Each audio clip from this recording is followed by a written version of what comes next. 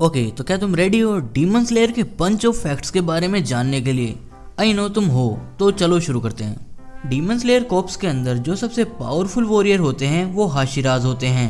And demon slayer corps के अंदर खाली 9 हाशिरा हैं। एक हाशिरा बनने के लिए 50 डीमंस को मारना पड़ता है और 12 किजुकी डीमंस में से एक डीमन को मारना पड़ता है। रेनगोकू जो कि फ्लेम हाशिरा है, उसका फेवरेट फूड स्वीट पोटैटो है। ग्यो में ही वो सिंगल हाशिरा है जो कि स्वॉर्ड का यूज नहीं करता। एंड ऑल्सो ग्यो में बचपन में फीवर की वजह से अंधा भी हो गया था। मुजान की भी सूची जो कि एक डीमन किंग है, उसकी उम्र 1000 साल से भी ज्यादा की है। डीमन स्लेयर्स को डीमन स्लेयर मार्क जब अवेक होता है जब वो किसी लाइट थ्रेटनिंग प्रॉब्लम को फेस करते हैं। आई मीन जब वो किसी जानलेवा कंडीशन के अंदर होते हैं।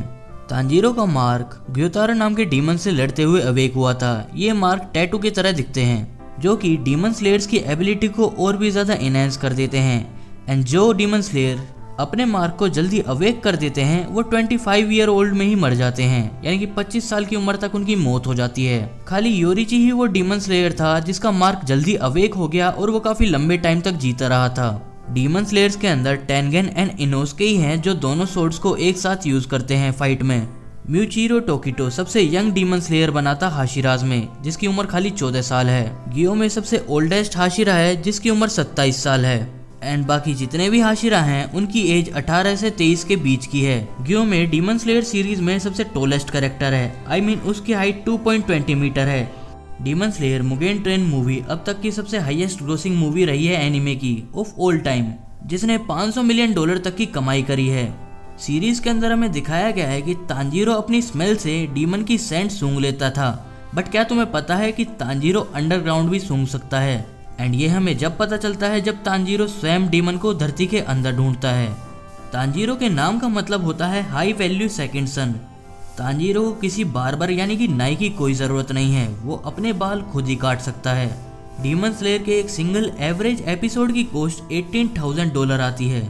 हाशिराज में हर हाशिरा की अलग अलग एबिलिटी होती है, उनके ब्रीथिंग स्टाइल अलग अलग होते हैं एंड उन्हीं के अकॉर्डिंग उन्हें रीजन दिया जाता है ताकि वो अपनी एबिलिटी का पूरा यूज कर सकें। डीमंस के अंदर नेजुको, तमायो और योरिशी ही है जो कि डीमन बनने के बाद भी मुजान के कंट्रोल में नहीं आते और बाकी सारे डीमंस को मुजान कंट्रोल कर सकता है।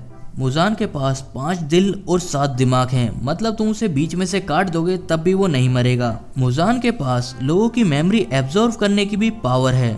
मुजान की बेबी फॉर्म 3 फ्लोर बिल्डिंग के बराबर की है। डीमन स्लेयर्स की स्टार्टिंग में ही तांजीरो के हैंड थे वो काफी ज्यादा सॉफ्ट थे। ये काफी लिटिल डिटेल है जो कि आपने नोटिस नहीं करी होगी। बट आफ्टर सकोंजी ट्रेनिंग तांजीरो के जो हैंड थे वो काफी ज्यादा रफ हो चुके थे, जैसे किसी मर्द के हाथ होते हैं। योरिची ही वो डीमन स्लेयर था जिसने सन ब्रीथिंग टेक्निक का इजाद करा था एंड सन ब्रीथिंग टेक्निक से ही बाकी सारी ब्रीथिंग टेक्निक्स बनी हैं। फाइनल सिलेक्शन के बाद तांजीरो को जो हेड मार्क था वो पूरी तरह चेंज हो गया था। नाउ आई गेस कि तुम में से काफी सारे लोगों ने ये डिटेल मिस कर दी होगी। अकाजा ही वो पहला डीमन था जिसकी फाइट हमें अच्छी तरह दिखाई गई थी एंड वो अपने बेयर हैंड से लड़ा था। आई मीन वो अपने खाली हाथों से ही लड़ा था, कोई वेपन उसने यूज नहीं करा। कमाडो फैमिली फायर की काफी ज्यादा इज्जत करती है एंड उनका रिचुअल डांस भी फायर के थ्रू ही करा जाता है। एंड दिस इंडिकेट कि दोनों सिबलिंग्स के अंदर फायर की पावर क्यों है। जैसे नेजुको की पावर जो फ्लेम वाली होती है वो नॉर्मल ह्यूमंस को नहीं जलाती बट डीमंस को जला देती है। तांजीरो के पास हानाफुड़ा इयररिंग्स थी जो कि उसके पिता ने उसे गिफ्ट में दी थी और मुजान जब तांजीरो के पास उन इयररिंग्स को देखता है तो वो काफी ज्यादा डर जाता है क्योंकि योरिची जब मुजान को मारने वाला होता है तो उसने भी वही सेम इयररिंग्स पहन रखी होती हैं and that's why Muzan Tanjiro को मारना चाहता है।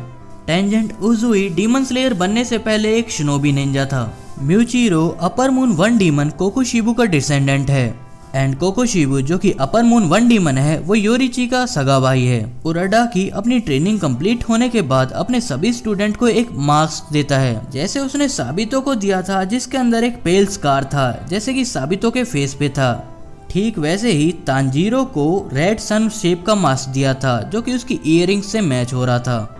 जापान के अंदर डीमन स्लेयर को किमेत्सुबी ना याइबा के नाम से जाना जाता है जिसका मतलब होता है डीमन किलिंग ब्लेड।